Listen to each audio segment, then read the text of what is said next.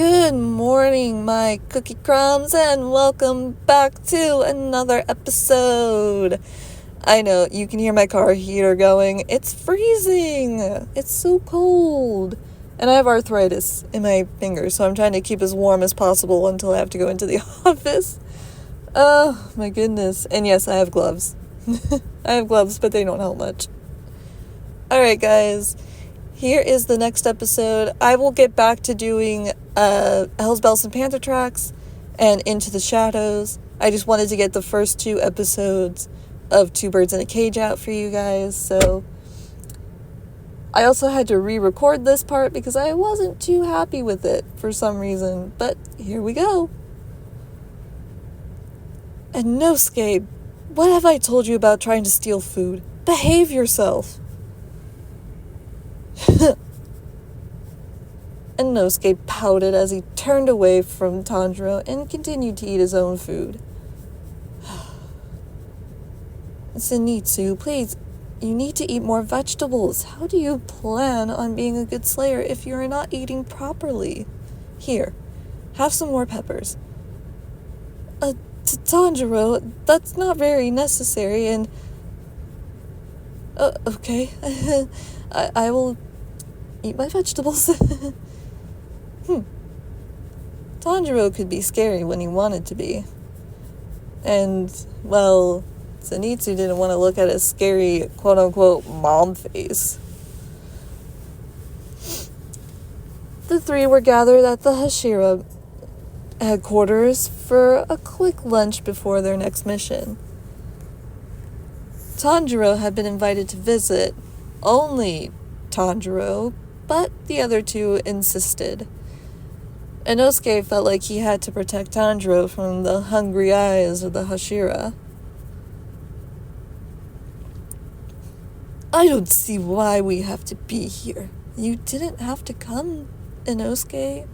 You could have stayed at the Butterfly Mansion and waited for me. And leave you all alone with them? Look at them, Manjiro. They're eyeing you like you're candy. Oh. They're just being polite, that's all. You still really don't see it, do you? See what? Clueless. Freaking clueless. What is up with you 2? Nothing, they both said. Tanjiro shook his head and just left it alone and returned to his own lunch. Meanwhile, the Hashira were out in the garden watching carefully. Tanjiro would have joined them in the garden, but Nezuko was awake and sitting in his lap. She couldn't be out in the sun, so they decided to eat in the shade.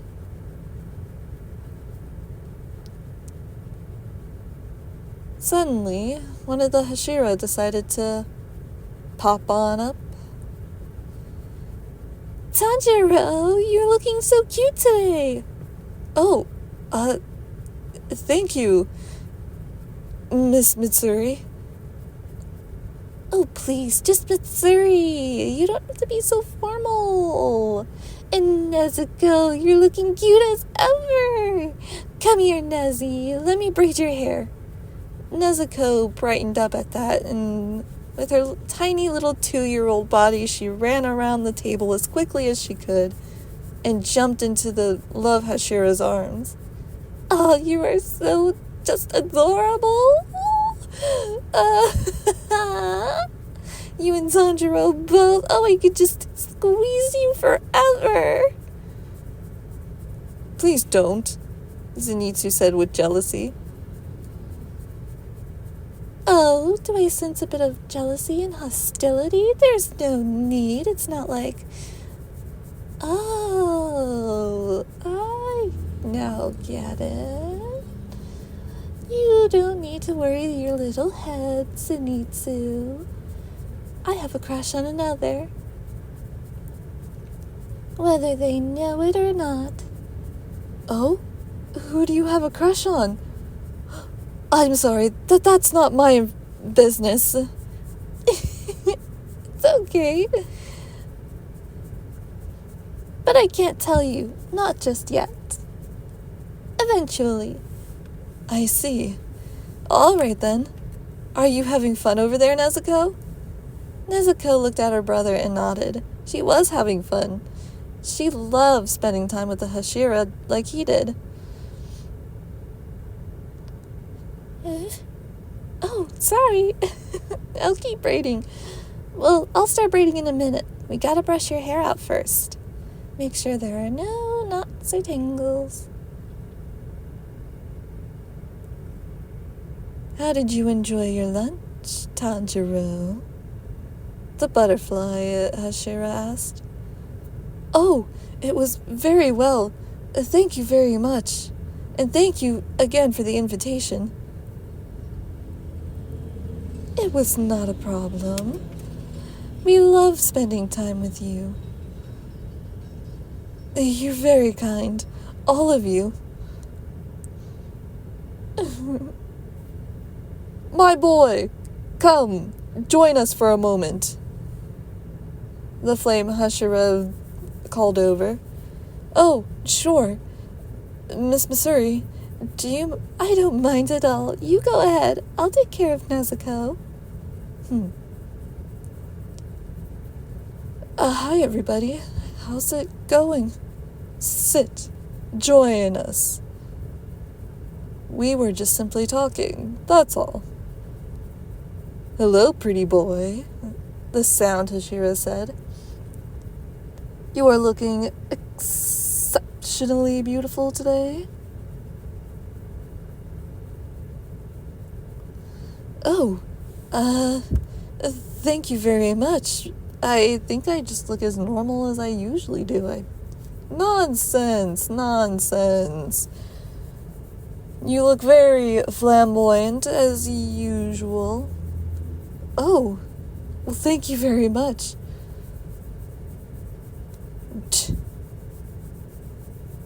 The wind, Hashira said. He just turned away, not really bothering with anything or anybody. They started the conversation, and the butterfly Hashira joined them. Mitsuri decided to stay with Nezuko in the shade. Well, the shade of the house, anyways. Inosuke and Zenitsu, who were still reeling, were watching the Hashira closely.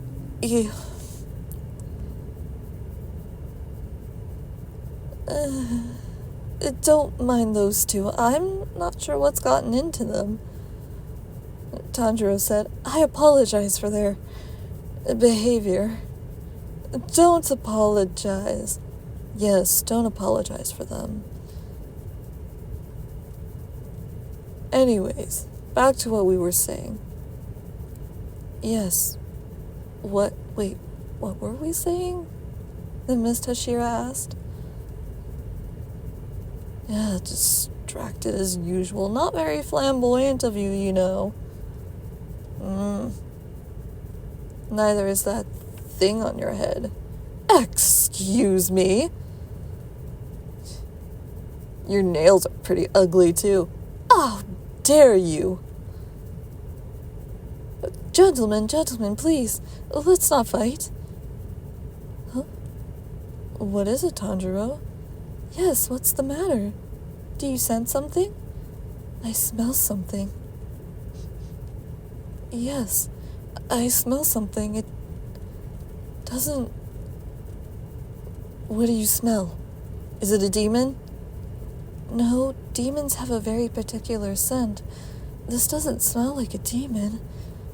It smells... I can't put my finger on it.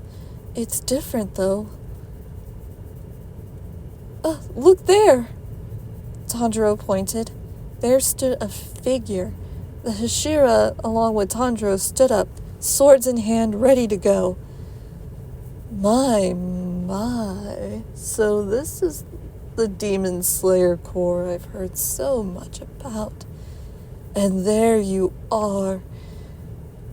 I finally found you. He pointed to Tanjiro. Me? What are you looking for me for? Nezuko, no. You have to stay here. Tanjiro heard Mitsuri say. Nezuko had grown to her normal size and was growling. Zenitsu and Inosuke also joined the battle. Who are you? And what are you doing here? I am Inosuke, King of the Mountains, and I did not invite you here. King of the Mountains, you say? Then why are you not at the mountains, wild boar? How dare you speak to me that way? I'll make you pay for that. Certainly. But I don't have time for this. He snapped his fingers, and suddenly it was like everything was frozen in time. Except for Tanjiro. What have you done to them? Zenitsu, Inosuke, can you move? They couldn't move, nor could they answer. What have you done to them? Answer me! Do not worry your pretty little head. But you are going to come with me, and you can either come quietly, or we can do this the hard way. I will not come quietly. Fine, then. Suddenly, Tanjiro felt like he couldn't move either. He felt a prick in his neck and startled. Oh, what? What did you... Then time could suddenly move again. Tanjiro had collapsed right into that figure's arms. As I said, dear child, you're coming with me. You're not taking him anywhere. The flame Hashira declared. Put him down. Yes, put him down now. Nezuko, please stay here. Tanjiro wouldn't want you to get hurt.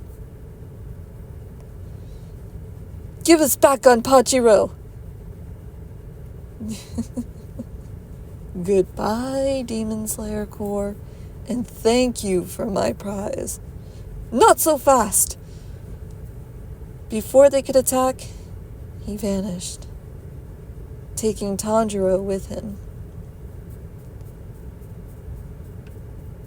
All of a sudden, Nezuko bursted into flames as she wailed, wailing for her brother.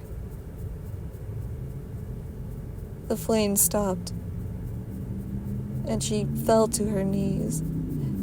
She wanted her beloved brother, and she couldn't believe he was taken right in front of her. She couldn't do anything to stop that man either. Oh, Nezuko, we'll get him back, don't you worry. She's right, Nezuko. Have faith in us. We'll find out what happened to Tanjiro, and we'll get him back. The water Hashira claimed. Please don't be sad. Nezuko, sweetie, don't be sad. Please don't cry. Nezuko just glared at Zenitsu. She didn't want to be told what to do right now. She started crying again and rubbed her eyes. Oh, Nezuko, come here, sweetheart. Let it out. It's all right to cry. She buried her face into the love Hashira shoulder and just let it out. We'll find him. I promise you we'll find him. Just hold on, Tanjiro, wherever you are. Yes, Tanjiro, wherever you are. Hold on for us. We'll get you back. We promise. The other Hashira agreed. The man who had Tanjiro threw him into the cell. He took the boy's sword, but decided he could keep it. After all, they couldn't break out of this room. He had changed the other boy into his hero suit. Not that it would do him any good, but they could try. The room was a special room. It was made of a special type of concrete. But that was a different explanation for a different day. He slammed the door and flipped 2 switches. The room hummed lowly. There now, I shouldn't have any problems. Especially not with the green-haired one. He knows how to be quirkless, of course. This should be a piece of cake to him. Sleep well, boys. Tomorrow we begin. Uh-oh. Alright, so I feel much better with this one. I don't know why I wasn't too happy with the earlier recording. It was literally fine as it was, but I don't know. I think I feel better with this one. Alrighty, my dears. I think that's a good spot to end it. And I will see you guys in the next episode. Bye-bye.